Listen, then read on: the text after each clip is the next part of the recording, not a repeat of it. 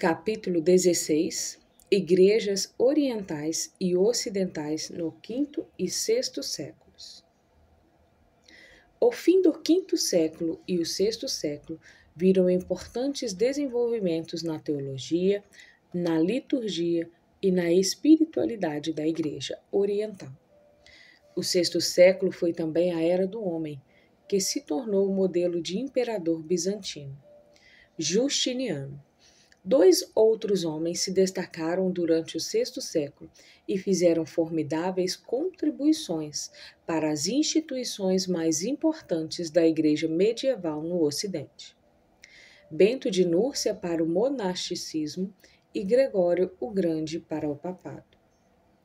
Já no fim do sexto século, as características distintas das igrejas orientais e ocidentais haviam formado duas tradições eclesiásticas diferentes, e no Oriente surgiram diversos subconjuntos.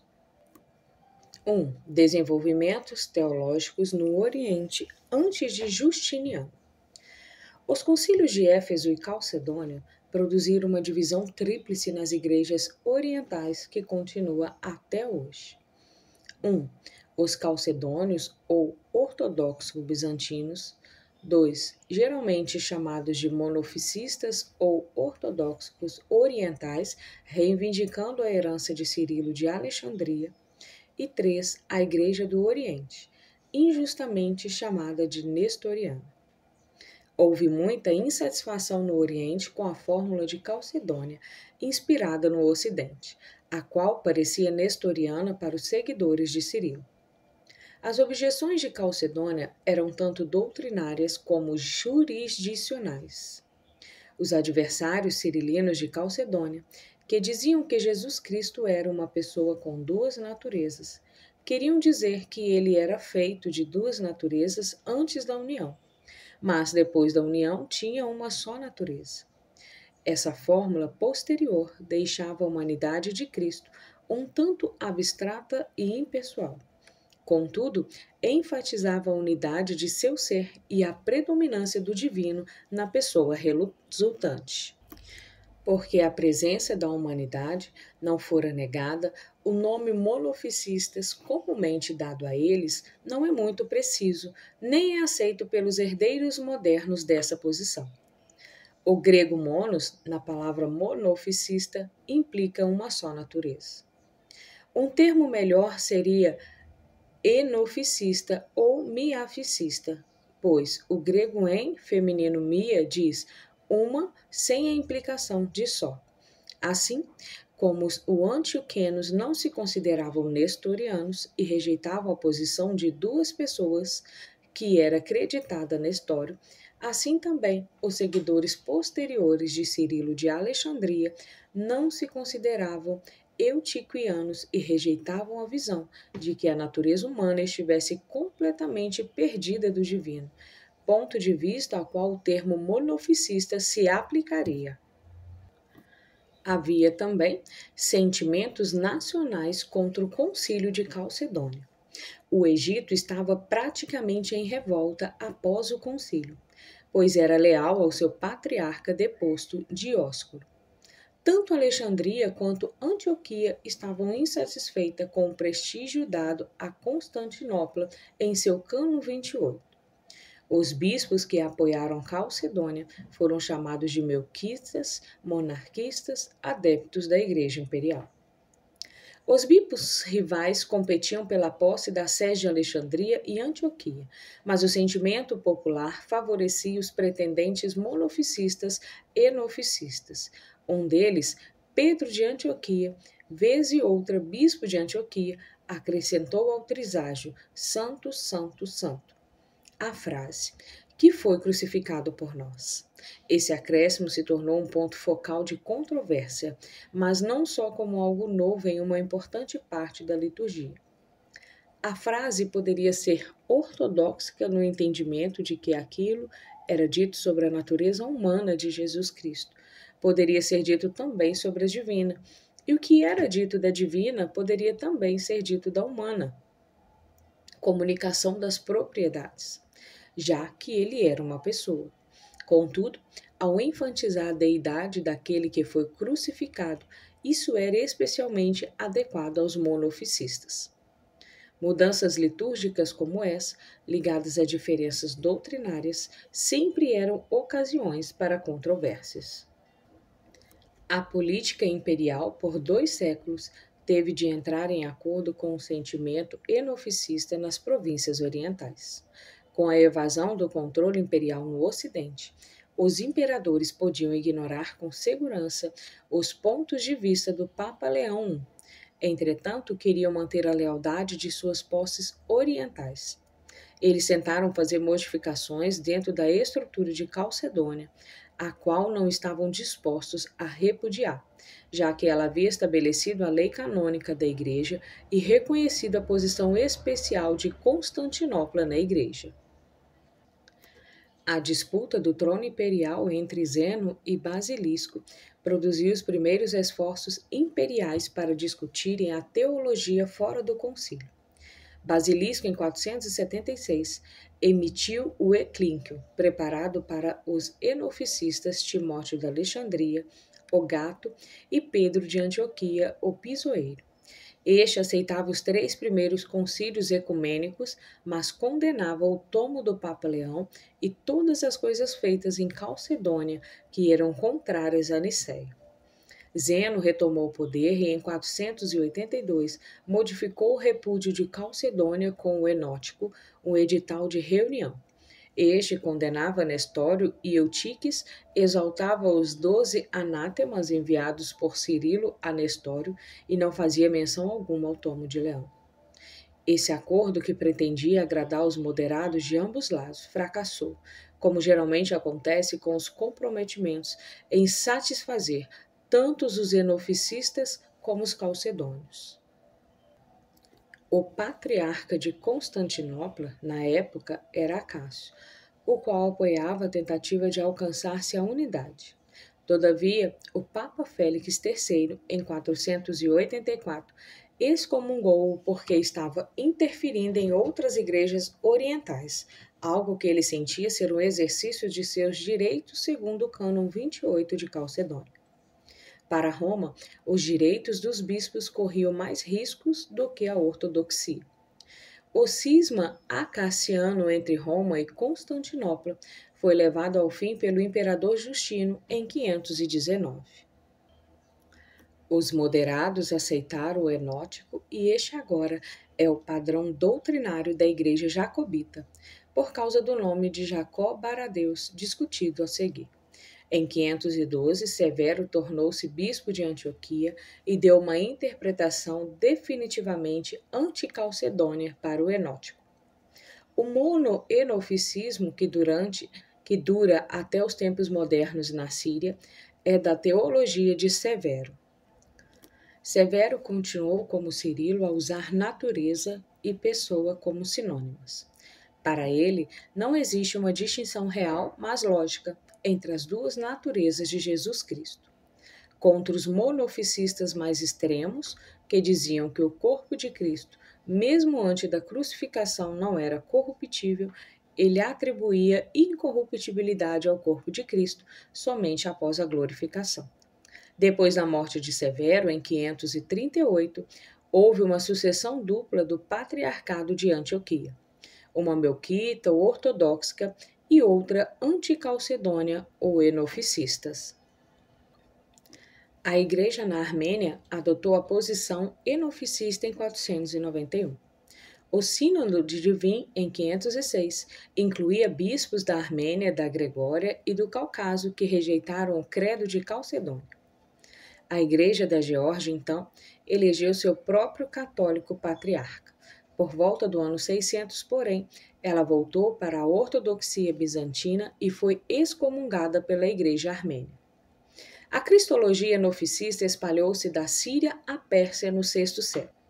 Os escritores enoficistas em síriaco incluíam Jacó de Serum e Filoxeno de Mabuco. No Egito, os enoficistas não possuíam líder forte. O lema comum deles era é a natureza humanizada do Deus Verbo. A igreja copta fornecia à igreja etíope o católico ou patriarca, o abuna. Somente em 1959, os etíopes tiveram o primeiro nativo nesse cargo, e a igreja na Etiópia acompanhou o Egito no enoficismo. Enquanto na Síria o maior grupo cristão era o enoficista, na Pérsia era o dioficista. Porém, na Pérsia, ao contrário da Síria, os cristãos eram a minoria da população. A Igreja do Oriente e a Pérsia mantiveram a cristologia dioficista, duas naturezas, antioquena.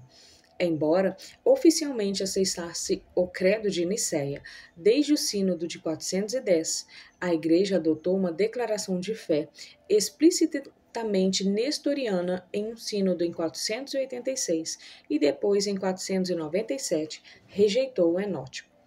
Outro concílio, em 585, aprovou os escritos de Teodoro de Mosupet como padrão teológico da Igreja e, ao mesmo tempo, considerou anátema a heresia de Eutiques.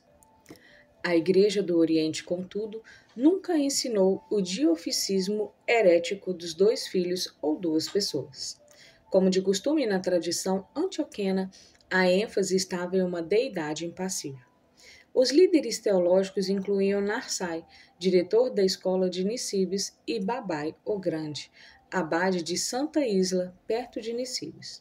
A ironia da situação é que os estudiosos modernos concluem que os calcedônios, os enoficistas e a Igreja do Oriente estavam essencialmente tentando dizer a mesma coisa acerca de Jesus Cristo. De alguma forma, ele era ao mesmo tempo dois, divino e humano, porém um indivíduo. Os diferentes pontos de partida dele geraram formulações distintas que os oponentes consideravam inaceitáveis. Por volta do ano 500, surgiu uma das pessoas mais influentes da espiritualidade ortodoxa grega, Pseudo Dionísio, o Areopagita. O verdadeiro nome da pessoa é desconhecido. Ele atribuiu sua combinação de cristianismo e neoplatonismo a um convertido de Paulo em Atenas, e seus contemporâneos aceitaram seus escritos como genuínos. Pseudo Dionísio, posteriormente reivindicado tanto pelos calcedônios como pelos não calcedônios, era impreciso em sua cristologia, falando de Jesus Cristo como um ser complexo, como uma só energia divina-humana. Versado no neoplatonismo, ele era também um místico. O misticismo, em seu sentido estrito, técnico, refere-se a uma experiência de união com a deidade. Todavia, nos estudos atuais, é frequentemente ampliado como uma espécie de espiritualidade. Pseudo Dionísio enquadra-se na definição estrita. Ele tornou-se o manancial de uma linhagem de misticismo amplamente influente no cristianismo grego, e após ser traduzido para o latim no IX século, influenciou também o Ocidente. Mediante uma confusão com o primeiro bispo e Marte de Paris, Dionísio Dines, o Pseudo Dionísio tornou-se o santo padroeiro da França. Seus escritos tinham certas reivindicações à autoridade de Paulo, contendo o tipo de ensino com que ele supostamente se comunicava com os atenienses filosóficos. As obras de Pseudo Dionísio sobre a hierarquia celestial, sobre a hierarquia eclesiástica, sobre os nomes divinos e teologia mística salientam a tendência que já se encontrava em autores cristãos gregos como Orígenes, Atanásio e Gregório de Nissa, para definir a meta da salvação humana como divinização. Essa deificação é alcançada pela purificação, iluminação e perfeição, união com Deus, que se tornou os três estágios padrão do misticismo. Ele ainda identificava três estágios ao descrever Deus. Dê-lhe um nome, teologia afirmativa, negue o seu nome, teologia negativa, e reconcilie a contradição contemplando além dos termos da experiência humana, teologia superlativa. O caminho da negação, via negativa, leva à contemplação, teologia mística, uma ideia mais simples e pura sobre Deus. A disposição dos anjos em 9 níveis tornou-se a base da doutrina medieval dos anjos, como parte de sua apropriação positiva do neoplatonismo, nesse caso, o filósofo jâmblico. Ele descreve os sacramentos como um tipo de teurgia cristã, ação que produz poder divino. 2. A Era de Justiniano no Oriente. A. Conquistas militares e civis. Os membros da corte de Justiniano ainda se imaginavam como líderes do Império Romano. Chamá-lo de Império Bizantino é uma terminologia moderna, que entretanto usaremos. O latim permanecia como a língua oficial do governo, embora o coração do império fosse o Oriente Próximo de língua grega. Justiniano procurou reconquistar as terras perdidas do império. Nessa meta, ele era auxiliado pelo capacitado general Belisário. Em 534, os bizantinos colocaram fim no Império Vândalo no norte da África. A Guerra Gótica restabeleceu o governo na Itália. Em 554, adquiriu-se um espaço na Espanha. Essas conquistas esvaziaram os recursos econômicos do Império. Os lombardos invadiram a Itália em 556 e enfraqueceram a posição bizantina. Eles ganharam o controle da península, com a exceção de uma faixa de terra, a Jarrateira, na perna da Itália, de Ravenna a Roma. Durante o governo de Juliano, foi empreendida uma compilação do direito civil, a Corpus Iuris Civilis. O editor-chefe foi Triboniano, que se tornaria a base dos códigos legais da Europa por vários séculos.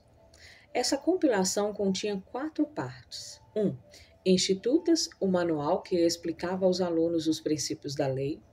2. Digesto, decisões judiciais, pandictas, classificadas e harmonizadas.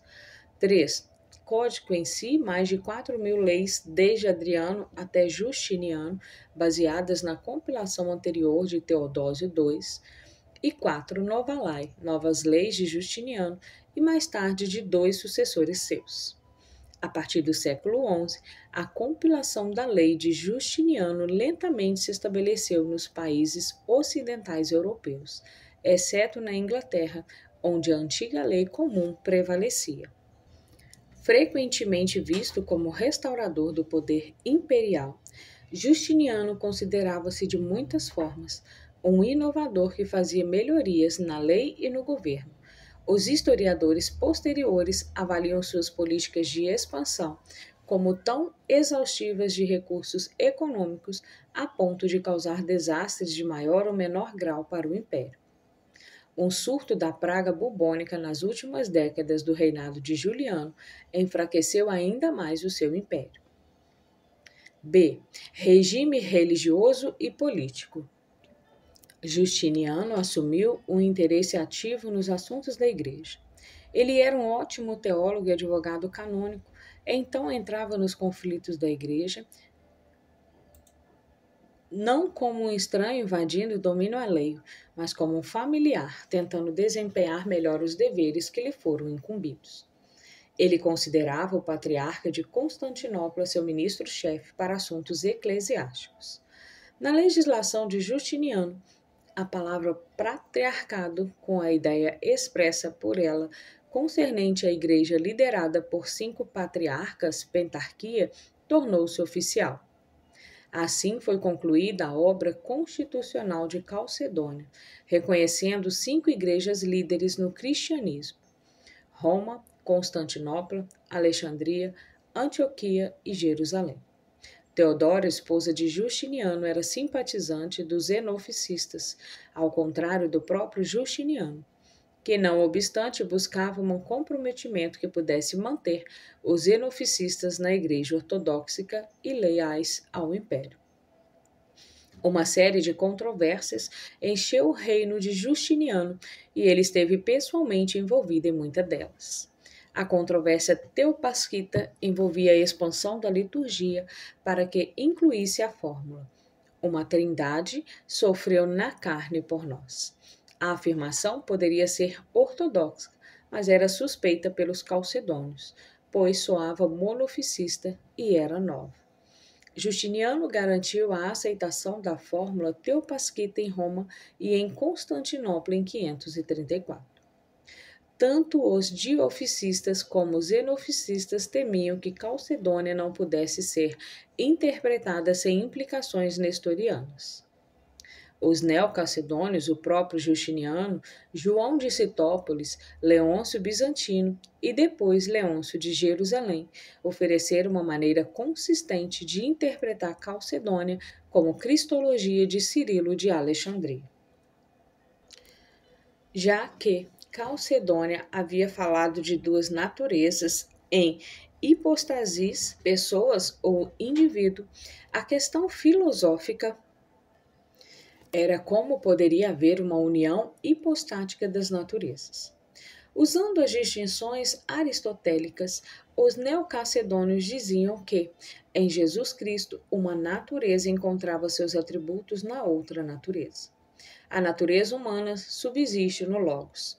Entre o estado de existir em si mesmo e não existe, ou a falta de autoexistência, existe o estado mediano de subsistir, isto é, ter existência ou individualidade em outra hipostasis. A humanidade de Jesus Cristo não está em hipostasis, já que ela existe, é uma hipostasis, já que não existe por si só.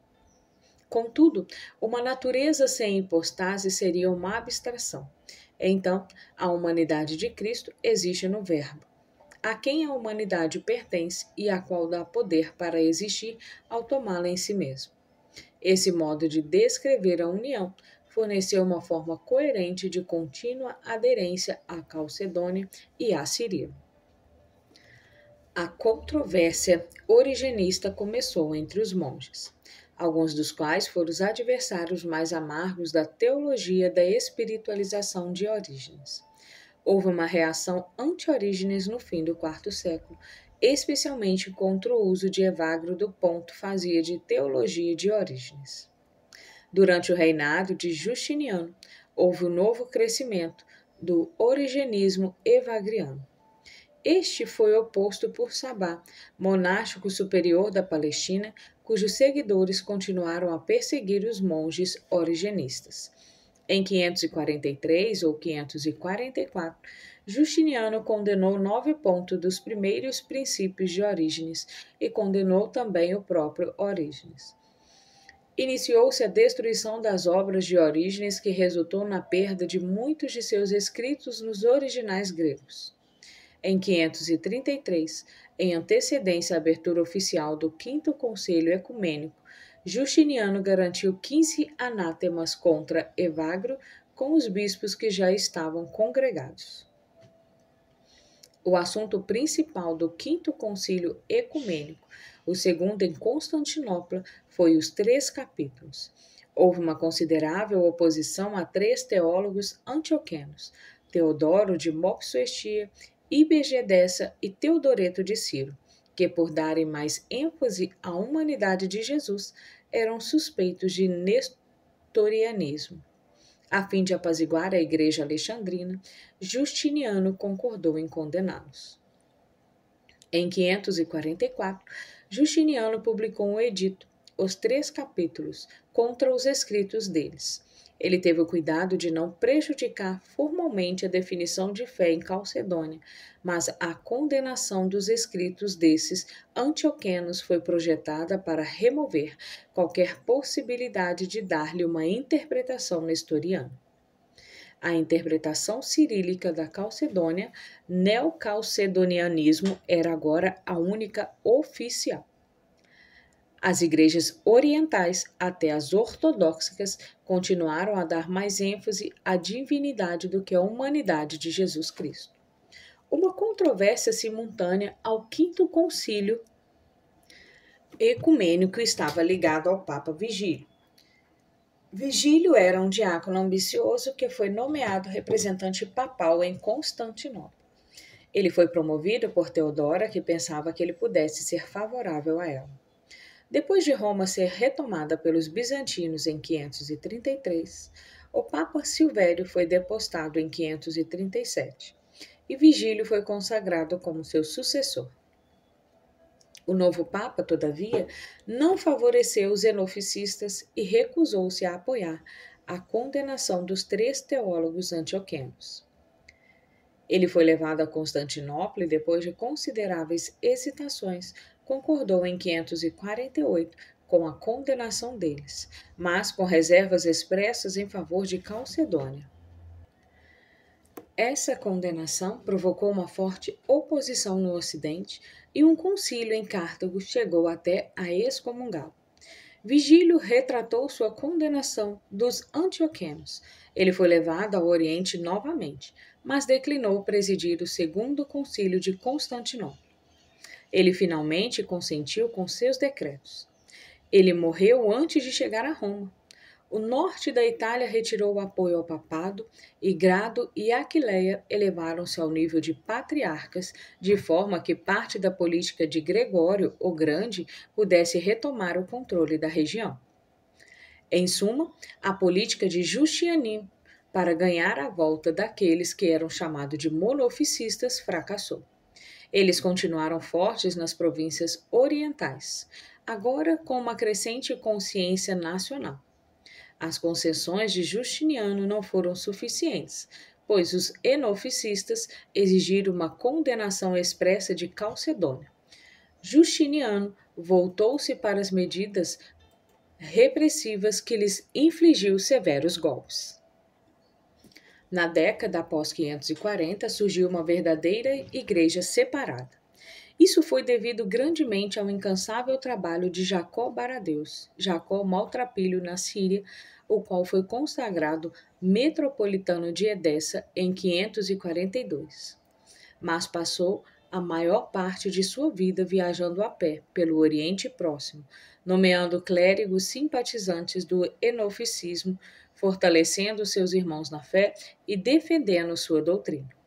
De Jacó deriva-se o nome jacobita para os enoficistas na Síria, que denominavam a si mesmos de Igreja Ortodoxa Síria. O monasticismo era importante na Igreja Sírica e o monastério de Mar Barsaúma, fundado no V século, tornou-se um importante centro jacobita até a sua destruição no século XIV. No Egito, a Igreja Copta também era enoficista. C. Cultura cristã no período de Justiniano. A oposição a Orígenes pode ser tomada como um indicativo de certa redução de interesses intelectuais em contraste com a amplitude mental de Orígenes. Justiniano fechou a Academia de Atenas em 529, uma data simbolicamente significativa para a transição do mundo antigo para o medieval, pois foi no mesmo ano que o concílio de Vaison na Gália, que instruiu a todos os sacerdotes a darem uma educação cristã às crianças admitidas no estágio de leitoras, símbolo da transferência da educação para a Igreja no Ocidente, do concílio de Orange, que estabeleceu o semi-gostinianismo como fé do Ocidente, e da fundação do mosteiro do Monte Cassino por Benedito na Itália. Justiniano tomou medidas contra os pagãos e os heréticos. As decisões canônicas da Igreja foram consagradas na lei civil. Por exemplo, o rebatismo foi proibido, segundo a rejeição da Igreja quanto à necessidade de rebatizar os heréticos convertidos.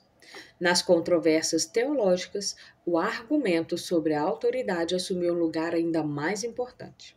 Enquanto no IV século os teólogos argumentavam a partir das Escrituras, depois de 381, os argumentos crescentemente apelavam para os antigos pais, bem como para as Escrituras. No Concílio de Éfeso, em 431, a leitura em voz alta dos documentos escritos com os bispos dando seu julgamento substituiu os procedimentos conciliares compostos basicamente de debates orais. Consequentemente, os teólogos bizantinos cada vez mais argumentavam usando citações dos pais. Isso é mostrado na produção de cadeias, citações de comentaristas mais antigos na exegese bíblica e florilégicos citações de tópicos teológicos. Houve, entretanto, o outro lado do sexto século. Muita literatura foi produzida e existiu suficiente pensamento teológico sutil para demonstrar que a criatividade não havia cessado com Cirilo. Viram surgir os iniciantes Leôncio Bizantino e Leôncio de Jerusalém. O maior poeta litúrgico da ortodoxia romano, o melodista, também surgiu durante a primeira metade do sexto século. Ele dominou a forma de hino conhecido como contáquio, que floresceu do quinto ao sexto século. O contáquio era um sermão em verso cantado pelo pregador ou cantor, que consistia de uma introdução e um número diversificado de estrofes, ligado à introdução por um refrão e a outras por um acróstico e por uma estrutura métrica comum. Em resposta à ordem de Justiniano para que as tribos da periferia do império se convertessem ao cristianismo, grande parte de Núbia nos tempos modernos, o sul do Egito e norte do Sudão, e mais correspondente à Etiópia da Bíblia do que a Etiópia moderna, aceitou o cristianismo, eventualmente em sua forma enoficista, acelerando um movimento que havia começado já no quarto século. O reino cristão núbio floresceu no nono e 10º séculos, mas a crescente onda de islamismo, a partir do século XII, levou à extinção do cristianismo núbio lá pelos séculos XIV ou XV. O reino de Justiniano viu o florescimento do primeiro grande período da arte bizantina, e algumas de suas obras-primas ainda estão expostas, especialmente em Ravenna, na Itália. Ravenna, no quarto e quinto séculos, era o local de encontro entre o Oriente e o Ocidente, e já no quinto século era o centro de alguma das maiores decorações mosaicas cristãs. Em prédios religiosos, o famoso mausoléu de Gala Placídia, o batistério ortodoxo e as igrejas de Santo Apolinário Novo e Santo Apolinário em Classe. Como certo contemporâneo escreveu concernente a alguns mosaicos de Ravenna, a luz é capturada aqui, todavia reina em liberdade. Ao sexto século pertence uma das grandes glórias da arte mosaica cristã, o interior da Basília de São Vital. O ponto alto da realização artística do reinado de Justiniano foi a Basílica com cúpula de Santa Sofia em Constantinopla, projetada por Antêmio de Trales e Isidoro de Mileto, uma das maiores realizações arquitetônicas de todos os tempos. Ao contemplar o prédio concluído, dizem que Justiniano exclamou: Salomão, eu ultrapassei você. Na ortodoxia oriental, a manifestação básica da igreja é a reunião eucarística. A liturgia ortodoxa passou a apresentar crescente pompa, ostentação e esplendor. Ela enfatiza um senso de santo temor diante dos mistérios divinos. Especialmente característico era o dramático espírito comunitário da celebração. Ali, o diácono desempenhava um papel insubstituível de intermediário entre os celebrantes e o povo. Dirigia a oração da congregação, convocava o povo a responder e indicava os momentos importantes da cerimônia. A devoção popular desenvolveu-se ao longo do caminho já traçado. Veneração dos mártires e agora dos santos. Confiança em suas intercessões e poderes miraculosos. Apego às suas relíquias e amor às peregrinações. A veneração de Maria também assumiu um lugar em destaque. O título Theotokos, portadora de Deus ou Mãe de Deus, que havia sido aprovado no quinto século, era inicialmente uma afirmação cristológica e não mariológica, mas promoveu a exaltação de Maria. Em hinos e homílias à Virgem, a mariologia como poesia e não teologia especulativa surgiu no Oriente vários séculos antes de surgir no Ocidente. Não avançou até o século XVIII, porém finalmente passou a assumir a liderança na devoção a Maria. Maria era invocada em oração entre os falantes gregos no terceiro ou quarto século, mas o primeiro hino em latim, direcionado a Maria, é do quinto século. No Oriente, igrejas adotam o nome de Maria, festas marianas foram introduzidas no calendário litúrgico e figuras de Maria foram produzidas. Roma acrescentou o nome de Maria com o título Mãe de Deus, Mater Dei, A missa no sexto século e no sétimo século acrescentou as celebrações pascuais da Anunciação, da Visitação, do Nascimento e da Purificação. A Igreja passou a permear a sociedade em uma abrangência até então desconhecida. Aliás, no Oriente não houve na mesma dimensão a separação que surgiu entre o clero e os leigos no Ocidente. Não havia, entretanto, confusão alguma quanto aos dois mundos, espiritual e temporal, mas, ao contrário, uma associação íntima de ambos. O ideal bizantino era a interpenetração da religião com a sociedade. Realmente, tanto para o Oriente como para o Ocidente, durante as eras medievais e bizantina, a Igreja e o Estado podem ser vistos como os dois lados de uma moeda, isto é, de uma sociedade. Não obstante, havia um sentimento de separação mais forte das duas esferas no Ocidente. Logo, mais conflitos abertos entre o Papa e o Imperador ocorriam no Ocidente. O imperador do Oriente certamente exercitava muita influência nos assuntos da Igreja. Contudo, os pensadores ortodoxos têm rejeitado em o termo cesaropapismo o imperador funcionando como equivalente ao Papa, para descrever o envolvimento do imperador nos assuntos da Igreja. Eles insistem no fato de que a distinção entre o imperador e o clero sempre foi mantida. 3. Bento de Núrcia, o patriarca do monasticismo ocidental. Bento, após sua educação em Roma, aposentou-se em Subiaco para viver uma vida de eremita em uma caverna. Quando confrontado com alguma tentação, ele se jogava sobre espinheiros na certeza de desviar sua mente para outra coisa. Decidido que poderia prestar serviço a outros monges, Bento organizou 12 mosteiros com 12 monges cada. Alguns ressentiam seus esforços para impor uma regra mais rigorosa sobre eles, e Bento certa vez rejeitou uma taça envenenada. Em 529, Bento mudou-se para Monte Cassino, onde estabeleceu seu famoso monastério. Bento parecia para os fiéis contemporâneos ter poderes que não eram dados às pessoas comuns, e milagres extraordinários são atribuídos a ele. Ele não parece ter sido ordenado, nem ter buscado uma ordem de clérigos. A princípio, a vida monástica e os deveres eclesiásticos eram considerados incompatíveis. A irmã dele, a Escolástica, formou um convento para as mulheres da região, que se tornou a base para as casas beneditinas para mulheres. Bento trouxe as virtudes romanas tradicionais da austeridade, da estabilidade, da autoridade e da moderação para a vida monástica. Sua regra para seus monges é notável por suas qualidades. 1. Exatidão e integralidade. 2. Em contrastes com as regras de Basílio, que eram fundamentalmente morais, as regras de Bento provê não só as máximas, mas instruções detalhadas sobre o que e quando fazer. 3. Moderação. 4. Era severa o suficiente para superar as inclinações humanas, mas não se preocupava em atormentar um corpo como Pacômio e Cassiano faziam, e assim não desencorajava seus seguidores. 5. Ordem. 6. Introduzia estabilidade na vida monástica, em contraste com os monges nômades ou com grupos pequenos que não tinham disciplina. A vida dos monges beneditinos deveria ser um regime equilibrado de louvor divino.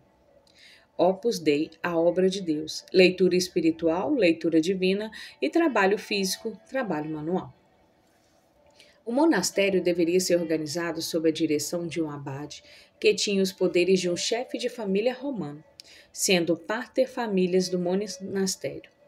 Os monges elegiam um abade que, por sua vez, nomeava outros oficiais. O assistente principal do abade era o prior. Os decanos eram líderes de 10 monges. Um monge cuidava da adega e outro das provisões. O abade reunia toda a comunidade para deliberar as questões de interesse comum, o capítulo. A regra no capítulo 4 apresenta os instrumentos do progresso espiritual. Instruções morais sobre o que fazer e o que não fazer. Os capítulos 5 a 7 discutem as virtudes da obediência, do silêncio e da humildade. com muita atenção à última. Os 12 passos da humildade tornaram-se a base da espiritualidade beneditina. Na regra, 10 horas do dia devem ser gastas em adoração e meditação. Com base no Salmo 119, versículos 62 e 164, foram designados 8 horas de oração.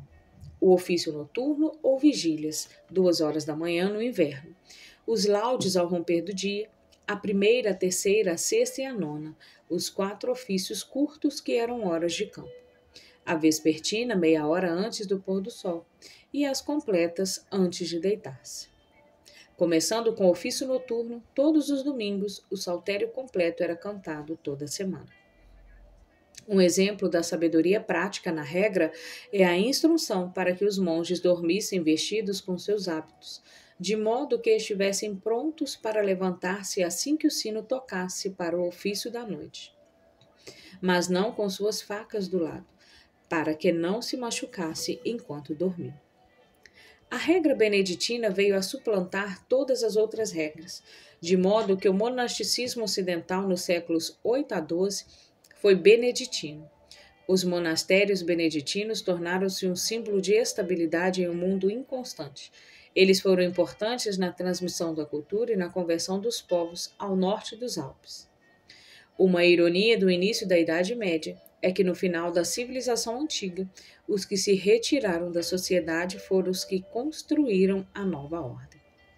O grande futuro da regra de Bento provinha não só de suas próprias qualidades, mas também do suporte que Gregório o Grande deu ao contar a história de Bento em seu Dialogues. 4. Gregório o Grande, o primeiro Papa monacal. O Papa Gregório I tem sido chamado de o Grande desde o século XI. Reconhecido pela Igreja Romana como um de seus 4 excelentes doutores em latim, a grandeza de Gregório era de um pastor, um edificador da Igreja, um popularizador do agostinianismo modificado, um teólogo moral e mestre espiritual.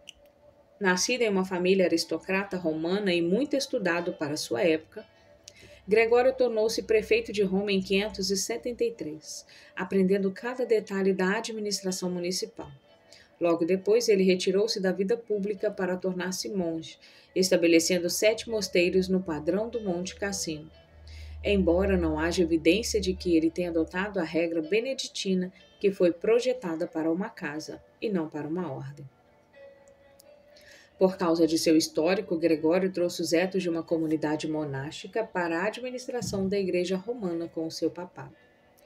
O Papa Pelágio II enviou Gregório como seu representante para Constantinopla, onde ele morou de 579 a 586 e ficou impressionado com a liturgia oriental, mas fracassou em aprender o grego. Após seu retorno a Roma, a cidade sofreu com inundação e uma praga. Essa última tomou a vida de Pelágio II e o povo aclamou Gregório como seu sucessor. Na correspondência de Gregório, ele era respeitoso em dirigir-se a um imperador, porém seu tom era mais superior para com os líderes bárbaros. Em contraste com Gelásio, que via a igreja e o Estado como esferas bem separadas, e com Agostinho, que via o Estado como essencialmente secular, ele realmente não esperava nada espiritual do Estado, apesar de seu apoio ao uso da força contra os donatistas. Gregório tinha uma visão tanto bizantina sobre as relações igreja-estado, vendo uma mutualidade na qual a igreja dava direção ao Estado, e o Estado ajudaria a igreja e a reforma se necessário. Em se tratando do Oriente, Gregório tinha um problema especial com a reivindicação de João IV, o jejuador, por causa de seus frequentes jejuns. Patriarca de Constantinopla para chamar-se de patriarca ecumênico. Ecumênico, no caso da linguagem oriental, veio a ser amplamente usado como referência aos patriarcas, a fim de expressar seu poder em seus patriarcados. João agora fazia uma simples aplicação da palavra para a posição suprema de Constantinopla no Oriente. Não era uma reivindicação de autoridade sobre Roma, mas Gregório via aquele título como uma questão de orgulho e pensava que só ele poderia significar único patriarca. Ele rejeitou o título para si mesmo também, e nesse contexto declarou o próprio conceito de seu ofício como servo dos servos de Deus, que depois se tornou um título papal. Gregório era mais importante no Ocidente do que o Exarco de Bizâncio, cuja autoridade era bem confinada à sua capital em Ravenna. Como imagem efetiva de autoridade, Gregório fez as pazes com Lombardos. Gregório teve de reafirmar a dignidade papal contra os bispos de Ravenna, Milão, Grado e Aquileia, que reivindicaram dignidade papal. Gregório lançou a base para o poder temporal do papado. No vácuo do poder, ele assumiu certas funções do governo civil, não por ambição, mas por necessidade. Ali ele se beneficiou de sua experiência civil. Ele nomeou governadores para cidades italianas e administrou propriedades latifundiárias que haviam sido levadas à Igreja Romana ao longo dos anos. Essas propriedades latifúndia estavam espalhadas pela Itália, Córcega, Sardenha, Sicília e norte da África. Conhecidas como patrimônio de Pedro, elas forneciam alimento e economia para Roma. Muitas das cartas de Gregório tratam da administração dessas propriedades e mostram que ele tinha conhecimento dos detalhes da vida administrativa, econômica e social. Enquanto esteve em Constantinopla, Gregório começou a escrever Moralia, uma exposição de Jó, a qual terminou quando era papa. Como o título indica, Gregório estava interessado especialmente no sentido moral da Bíblia, mais do que no sentido literal ou sobrenatural. Isso também serve para suas homilias. Gregório modificou a lista de João Cassiano e Evágio das 8 pecados principais. A sua lista foi então transmitida em algumas variações, no ensino moral medieval, como 7 pecados capitais: orgulho ou vanglória, cobiça ou avareza, luxúria, inveja, gula, ira e preguiça, ou assídia, enfado do coração, apatia. As exposições bíblicas de Gregório continham uma análise de experiência espiritual, que deveria ser influente na vida devocional monástica. Essa análise envolvia o remorso pelas tendências pecaminosas, o distanciamento do pecado, do ego e do mundo, e um ardente e paciente anseio por Deus, tudo conduzido à paz. A regra pastoral escrita na época de sua ascensão ao trono papal continua sendo a obra mais influente de Gregório, por meio de sua incorporação ao breviário para a leitura diária dos sacerdotes romanos. A regra pastoral tinha uma influência sobre os clérigos ocidentais comparável à que a regra beneditina tinha sobre os monges ocidentais. A regra pastoral pode ser caracterizada como uma redação sobre a humildade como a chave da unidade da igreja. O pastor deve ser melhor que o povo, assim como o pastor segue diante de seu rebanho. Ele deve ser puro e um líder. O pregador tem de alcançar todos os tipos de pessoas. Ele tem de ser amado a fim de ser obedecido. Além do mais, ele deve ter cuidado com os extremos. Gregório recomenda substituir os vícios maiores pelos males menores, como uma boa técnica para a pessoa que não consegue galgar as alturas da vida espiritual de uma só vez. Gregório possuía, em eminente grau, a arte da supervisão espiritual. Era dotado de bom senso e um gênio sobre assuntos pátricos. Nas questões teológicas, Gregório transmitiu à Idade Média o semi-agostianismo representado pelo Concílio de Orange. Ele apoiava a reverência a santos e relíquias e a ideia do purgatório, ensinando que o sacrifício de todos ajudava as almas que estavam lá. Gregório era pessimista sobre as condições de sua época e esperava o iminente fim do mundo. O paradoxo que tem sido observado é que exatamente quando a igreja, em sua imaginação, tratava cada vez mais com o outro, mundo, anjos, demônios, purgatório, na prática ela tornava-se cada vez mais envolvida com as coisas deste mundo, terra, servos, políticas. O diálogo de Gregório mostra a credulidade, a crítica e as superstições da época. Esses relatos dos monges promoviam o monasticismo. Gregório, além do mais, concedeu privilégio aos monges que serviam para afrouxar o controle episcopal e assim abriu caminho para a posterior submissão dos monges diretamente ao controle papal. Ele não hesitou em elevar os monges ao sacerdócio e viu a possibilidade de usar os monges como missionários. Uma de suas influências mais importantes foi a missão para a Inglaterra. Gregório tinha interesse pela liturgia da igreja, mas o famoso sacramento gregoriano é posterior. Semelhantemente, o canto gregoriano, canto-chão ou canto simples, que era monofônico, tinha pouca ou nenhuma associação a ele, apesar da tradição posterior de que ele reformara os cânticos usados em Roma. O canto pode ter derivado de alguma antiga melodia romana anterior a Gregório, usada para entoar salmos, mas alcançou sua forma clássica depois dele, durante o IX século, no Reino Franco. Gregório também não teve papel algum no desenvolvimento da escola de cantores, em Roma, que provavelmente originou-se no fim do VIII ou início do IX século. 5. Desenvolvimento da liturgia. As grandes liturgias surgiram ao longo do IV ao VI século. A maioria foi codificada no VI e VII séculos, embora isso seja confirmado apenas por documentos posteriores. Elas representam muito melhor elaboração do que se encontra nas liturgias do segundo e terceiro séculos. Diversos fatores favoreceram a criação e a utilização de liturgias escritas. 1. Existem tendências naturais à uniformidade da linguagem da adoração. Coisas bem expressadas ou formas impressionantes de fazer as coisas tendem a ser repetidas. 2. Bispos e presbíteros indoutos precisam de direcionamento na condução do louvor. 3. Uma liturgia estável e escrita tornava os cultos mais organizados.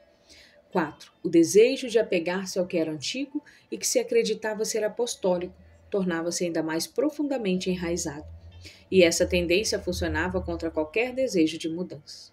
5. A preocupação com a ortodoxia e o medo de doutrinas heréticas santificavam ainda mais aquilo que era antigo e bloqueavam grandes inovações. Quaisquer mudanças litúrgicas que eram feitas provocavam controvérsias. 6. A liturgia da sinagoga judaica recebeu uma formulação clássica em um período comparável, se é que existem quaisquer influências mútuas ou apenas desenvolvimentos paralelos nas duas religiões, em um estágio comparável ao seu desenvolvimento, agora não está claro. As famílias fundamentais da liturgia mostram certas semelhanças amplas na estrutura, nos temas e, ocasionalmente, até nas palavras. Todavia, possuem características distintas. Essas principais famílias podem ser enumeradas agora. As principais famílias da liturgia oriental e seus principais representantes são os seguintes: 1. Alexandrina ou egípcia. 2. As primeiras provas estão nas orações de Serapião e nos papiros de Berbalizé. O primeiro texto completo é a liturgia de Marcos. A liturgia copta de São Cirilo está em uso atualmente. 3. Jerusalém.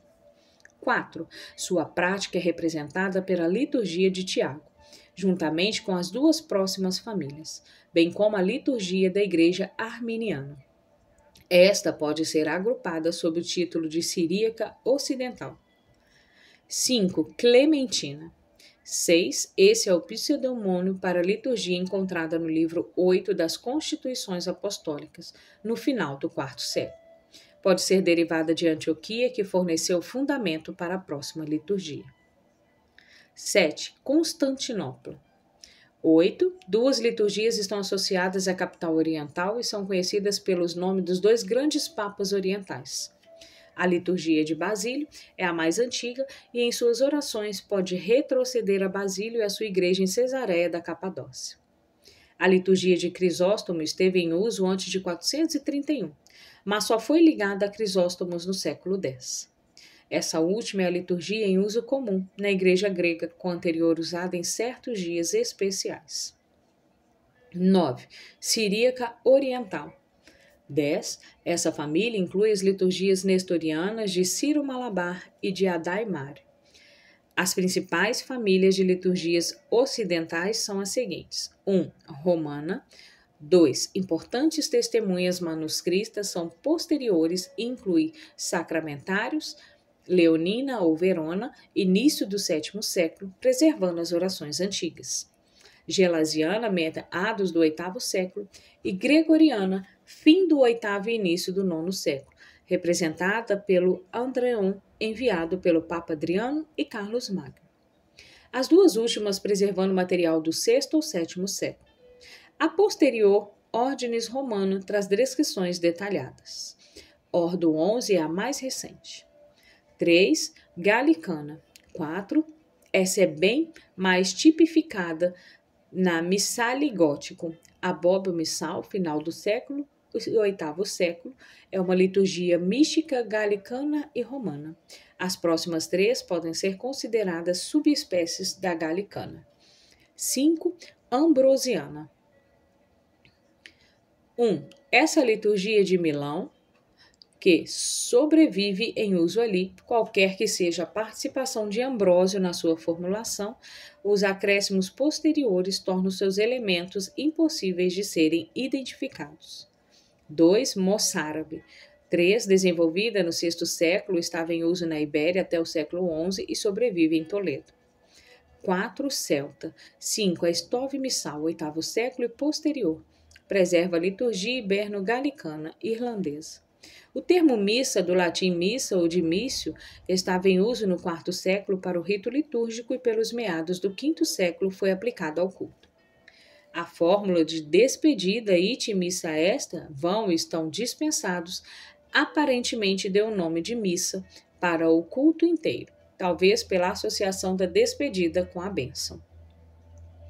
As duas principais liturgias ocidentais, como patricadas no VI e VII século, cuja mistura se tornou a missa medieval, podem ser comparadas. 6. Diferenças entre igrejas orientais e ocidentais. O desenvolvimento da igreja nos primeiros 6 séculos tem sido esboçado da seguinte maneira: uma igreja católica primitiva, segundo século, e alguns querem colocar isso de volta nos documentos posteriores do Novo Testamento. Uma antiga igreja católica, final do segundo e terceiro séculos, uma igreja católica estadual, quarto século, uma igreja católica romana, quinto século no Ocidente, e uma igreja ortodoxa, sexto século no Oriente. As invasões germânicas trouxeram instabilidade política ao Ocidente, mas o governo estável prosseguiu na metade oriental do Império. Os acontecimentos do ano 451 servem para simbolizar as diferenças. Uma aliança dos visigodos, francos e romanos na Gália forçou a retirada de Átila, o Huno, que então entrou na Itália, onde Leão Magno negociou sua retirada. Uma enorme assembleia de bispos reuniu-se em Calcedônia para discutir a natureza de Jesus Cristo. Após a divisão do Império em 395 entre os filhos de Teodósio I, a união do Oriente com o Ocidente nunca foi restabelecida. A terra de Balcas, que fazia uma ponte entre o Oriente e o Ocidente, sofreu as mais pesadas invasões dos bárbaros depois do ano 380. E a influência romana retirou-se no VI século, finalmente bloquearam a comunicação direta com toda essa região. Isso e também a subsequente conquista árabe das províncias orientais e o controle das rotas marítimas, adicionadas à conquista germânica do Ocidente, causaram o desenvolvimento separado do cristianismo oriental e o ocidental, e acentuaram as diferenças já existentes entre as mentalidades grecas e latinas desses dois importantes ramos do cristianismo. É característico que chamemos a Igreja Oriental de ortodoxa e a ocidental de católica. No Oriente, as controvérsias eram sobre Deus e Cristo. No Ocidente, eram sobre a natureza da Igreja e dos homens. O Oriente estava mais preocupado com as grandes questões filosóficas levantadas pela fé. O Ocidente era mais legalístico e prático em suas preocupações. Desse modo, o IV século no Oriente foi dominado teologicamente pela controvérsia ariana sobre a deidade. No Ocidente e no norte da África, o principal problema eclesiástico era o donatismo, preocupado com a natureza da Igreja e dos sacramentos. No V século, semelhantemente, o Oriente estava preocupado com a questão teológica da natureza de Jesus Cristo, enquanto o Ocidente estava dividido pela controvérsia sobre a questão antropológica levantada pelo conflito entre Pelágio e Agostinho. Todas as grandes controvérsias podem ser consideradas preocupadas com a salvação. O arianismo, preocupado com o fato de como Deus salva, e o donatismo com a forma como a Igreja se enquadra na salvação. Os debates cristológicos, preocupados com o papel divino, e o pelagianismo com o papel do homem pela salvação. Algumas articulações mencionadas neste capítulo refletem outras diferenças. Em relação à liturgia, o Oriente enfatiza a presença divina e o Ocidente o ato do sacrifício. Logo, o Oriente colocava mais ênfase na epiclese, a invocação da presença do Espírito Santo. O Ocidente nas palavras da instituição, revivendo o sacrifício de Jesus Cristo. Em relação à organização da igreja, o patriarca de Constantinopla funcionava na sombra do imperador. O bispo de Roma não enfrentava esse tipo de poder político competitivo. As diferenças entre a igreja ocidental e a igreja bizantina e entre a sociedade oriental e a sociedade ocidental podem ser resumidas dizendo que a igreja oriental não teve uma idade média. Muito mais continuidade foi mantida nas igrejas ortodoxas, mas isso não quer dizer que tiveram progressos significativos, como o desenrolar da história delas mostrará, do que por suas correspondências ocidentais. O fator principal aqui foi as inovações germânicas e a subsequente conversão dos povos germânicos. As igrejas orientais tiveram, de alguma forma, experiências comparáveis na conversão de invasores eslavos e muçulmanos. Mas os resultados foram diferentes. A conversão dos eslavos não mudou a igreja bizantina de uma forma comparável aos efeitos dos povos germânicos sobre a igreja latina. Além do mais, as invasões muçulmanas foram muito mais devastadoras para a igreja que ficaram sob o domínio muçulmano do que as invasões germânicas o foram no Ocidente, porque os conquistadores muçulmanos não foram convertidos ao cristianismo.